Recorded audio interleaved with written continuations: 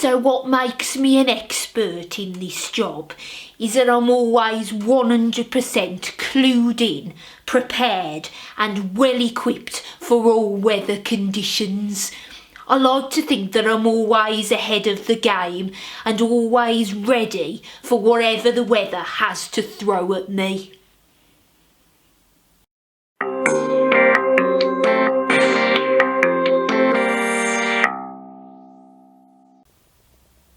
Of course, it's not just about what the weather has to throw at you, it's also about what you have to throw at the weather.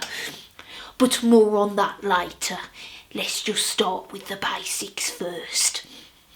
I like to think that I'm always 100% trusted as a meteorologist because weather forecasts are at least 90% accurate these days, so that only leaves 10% or less to chance.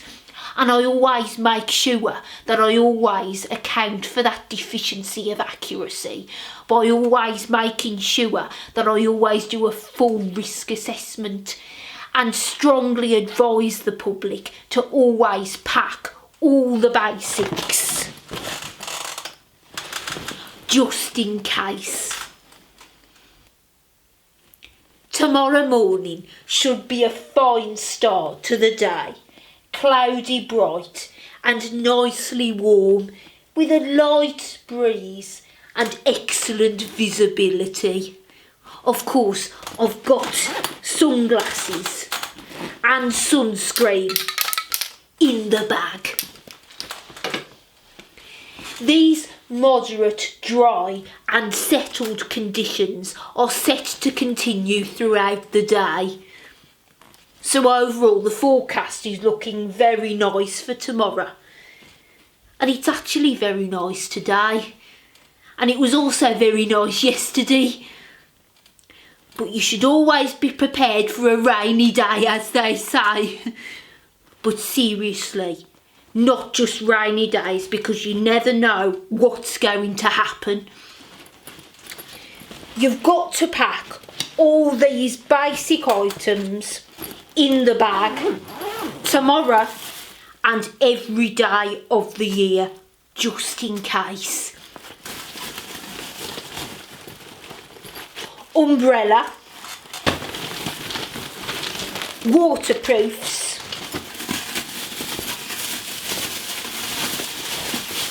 Wellington boots,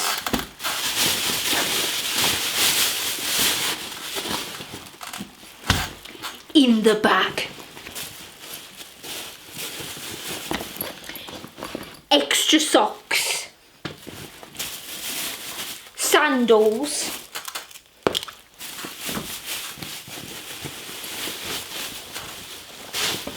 shorts in the bag, sun hat, woolly hat, cosy coat, lightweight scarf, heavier scarf,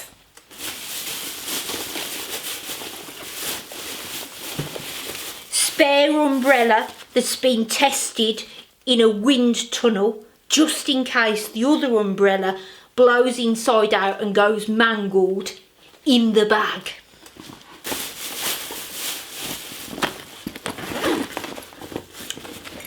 Spare sunglasses,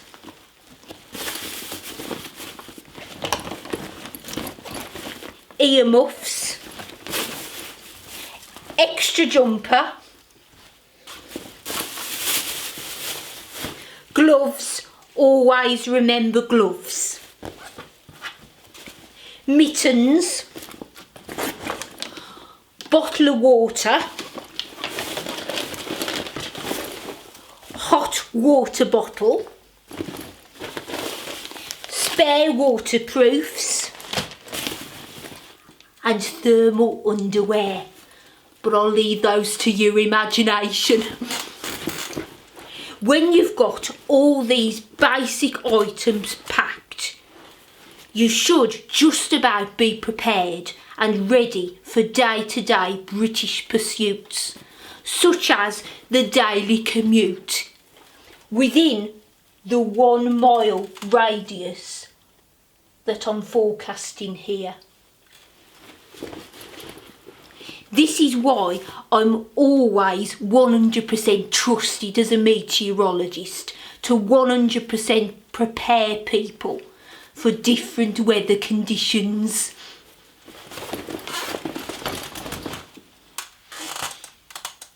I always say to the public, if you think you've got a claim against me, you haven't, because I'm watertight sunshine. You can always cut the atmosphere with a knife when I say that. It can get quite heated sometimes, but I like to think that I always 100% demystify the public and maintain a sunny disposition. Thankfully, gone are the days when meteorologists were blamed profusely for failing to forecast and prepare the public for unexpectedly challenging weather conditions.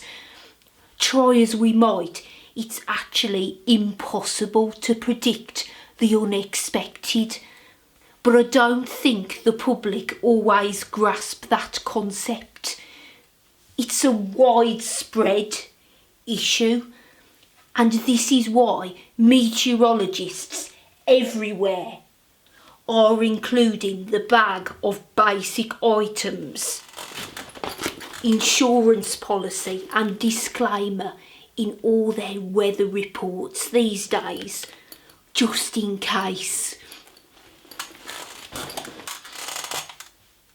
There's always been an element of risk dealing with the elements, but as a 100% trusted meteorologist, I always make sure I always take cover. Actually, I'd strongly advise the public not to venture out or travel at all unless really necessary. The public are always making unnecessary journeys. They're always driving around the block for no reason. And when it snows, all they want to do is make unnecessary journeys. I'm always warning them not to, but they're always saying that's nonsense. All our journeys are necessary. So now we've got the basics covered, let's move on to what you have to throw at the weather. I always mention the time when I tried to change the wind direction with a piece of card, like this.